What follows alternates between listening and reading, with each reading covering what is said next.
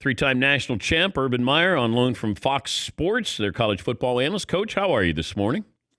I'm good, Dan. Good to see you. How do you watch football now as an analyst as opposed to a, coach? Oh, it's about the same. I just really enjoy the intricacies of the game. It's hard for me to just watch it, and I do. I pull for. I don't really pull for teams. I pull for my former players in the NFL and pull for guys I recruit and I know. So it's more personal with me. But I love to look at what is going on in the locker room, what's going on in that huddle, what are they thinking during this play, as opposed to, hey, nice catch.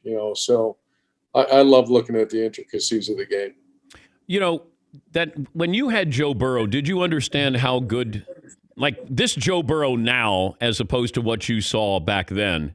Like, what's the biggest difference with Joe Burrow? Oh, that's a great story. Joe Burrow was under-recruited, really not recruited. He had very few offers. Our offense coordinator watched him play and called me. I remember Zoomed with me, or not Zoomed, whatever that, FaceTimed it, and he said, you have to watch him throw. Here's your next Alex Smith is exactly what was said. And I was like, I had a little, angst about it because he wasn't highly recruited, but then you started watching him. And then the thing, you meet him and his family. His father was a longtime coach. His mom's incredible. And this kid was a state champion basketball player, competitor. So he started very slow. His release time was very slow. His arm strength was average, but he was an absolute grinder. And by the time, it came down, he was our backup quarterback and broke his hand. And that's when Dwayne Haskins took advantage of the opportunity.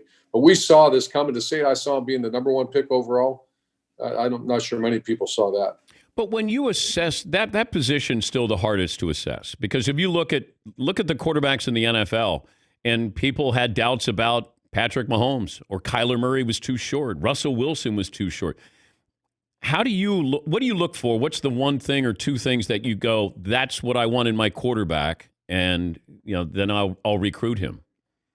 We've been fortunate. We've had all good quarterbacks, and we've made very few mistakes at that position. And because I actually learned, remember Jeff Tedford? He was the coach at Cal in Oregon. And at one point, I still think one of the greatest quarterback coaches of all time. And I was a young head coach, and I asked that same question. Why do you keep having, it's not by chance that you have these great quarterbacks. It's what do you look for? And that's when I came up with a criteria really through Coach Tedford was number one is competitor. Number two is toughness.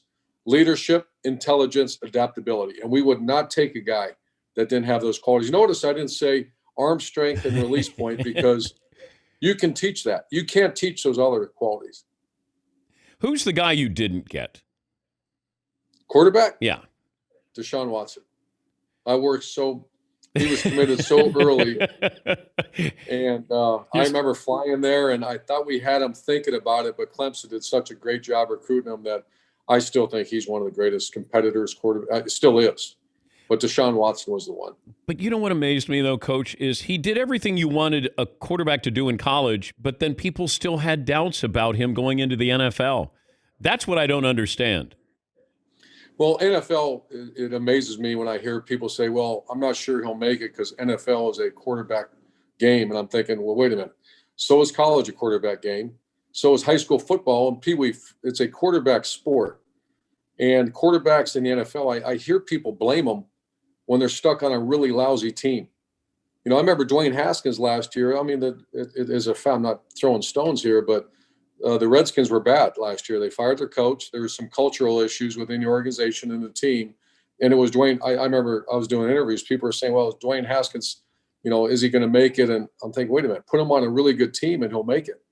So it's still a team sport. And the great quarterbacks, they're competitors, but they're surrounded by really good people.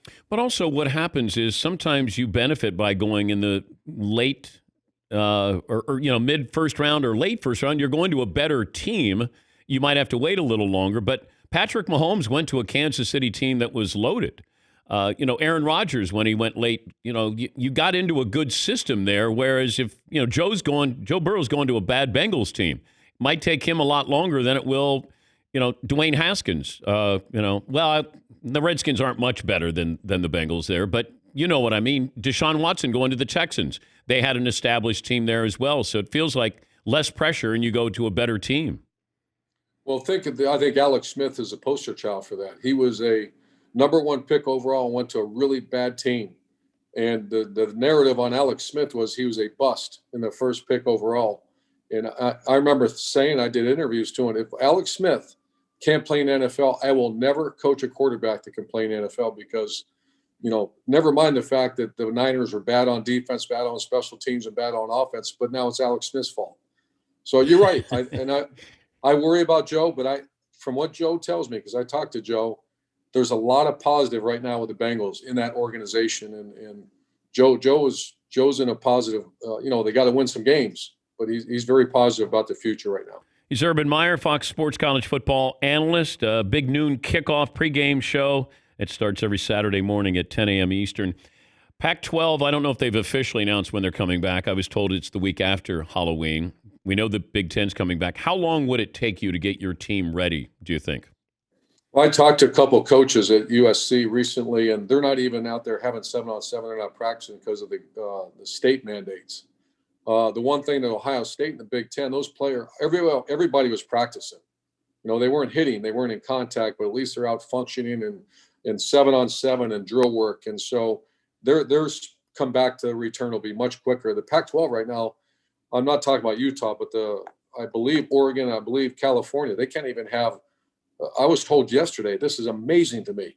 You can't have more than 12 people out there working out. And I'm thinking, why? What's the problem here? And so once again, I don't want to get into because the pandemic obviously is awful, but it's going to take some time unless they release those standards that people can go out and start practicing. If you can't do that, I don't know how they're going to be ready. Yeah, that's what what I was told is they're going to try to play a 6-game regular season schedule, and then that 7th week it'll be first place versus first place, second place versus second place. Same thing the Big Ten is doing. I just don't know if the Pac-12 gets off the ground here, Coach. Well, right now, if they don't, the recruiting disadvantage that the Pac-12 will face for a long period of time, Dan, will be catastrophic. Is such a hard word to use when you're talking about sports, but catastrophic. I mean, the Pac-12 right now has already had recent struggles in years. Think about the day when Pete Carroll, Matt Leinart, and my teammates Reggie Bush and Matt Leinart were playing. You didn't even think about recruiting LA because you're not going to beat USC, UCLA. You're not. Now you can go out there and you can compete against that conference because they're down. They have to get going. How would you use that though if you were recruiting and you were going after a kid in Pac-12 territory? If they didn't play this year, how would you use that? I noticed in the last 5 years, Dan, it's been easier to go get. We never recruited California. Wyatt Davis, he's going to be a first-round draft pick offensive guard. You want first of all, you want to travel that far because you have enough good players. But when you see a top 5 guy at a position, and you can go in there and you can see that they're competing in stadiums that aren't full, that nighttime is the only time you can see them on national television. There's so many obstacles, and you want to come to a place that sells out every game, and you want to be on national TV every week and a chance to be a high draft pick. A lot of times it sells itself. Did you ever feel sorry when you faced Michigan and you were running up the score, roughing them up a little bit? This is going to create a lot of headline, but no. Well, no. If you said that you felt sorry for him, that would have created a headline, I think, Coach. Because I was there a couple of years ago when, Ohio State, when Haskins was quarterbacking, and it wasn't stopping. I think that probably could have put up 70, 75 if you wanted to. But do you run up the score on Michigan if you can? I think your job is to players. I'm trying to see it. How can I answer this politically correct? Our players work that game every year. You get a chance to go in and play. I'm not going to tell them to slow down. Okay. That answers your question. Yeah, there's nothing wrong with that. How do we come up with a Final Four here in college football? This will be, I think, the committee. We mentioned this on Big Noon Kickoff that this is unprecedented. You might have. How about the SEC playing 10 conference games? I coached in that conference for 6 years, and even the so-called bottom half of that conference is outstanding. There's probably 8 teams in that league that think they can win a national title. So the inequity of scheduling right now is I've never witnessed anything like this. You're looking at Clemson will be a 2 to 3 touchdown favorite in every game other than Notre Dame. Ohio State will be a 2 to 3 touchdown favorite in every game, maybe but one. And then you look at Alabama. LSU's got 4 teams in the 6-week period in the top 11. I think top 11, top 13. And Clemson won't play one. So the inequity, I hope everybody looks deeply at the conference and the scheduling, the strength of schedule, because I've always been a believer that they have to have a little more leeway, because I think the SEC will lose 2 games. The top teams will lose 2 games. I was told Nebraska got taken to the woodshed because the governor, the athletic director, the coach, they were going to go rogue here. And all of a sudden they say, oh, you want to play football? All right, come to Columbus. You got Ohio State to start, and then we're going to send Wisconsin out there. Do you think the Big Ten sent a message to Nebraska to, let's keep it all in-house here? No. If they did, first of all, no way. No way could you do that.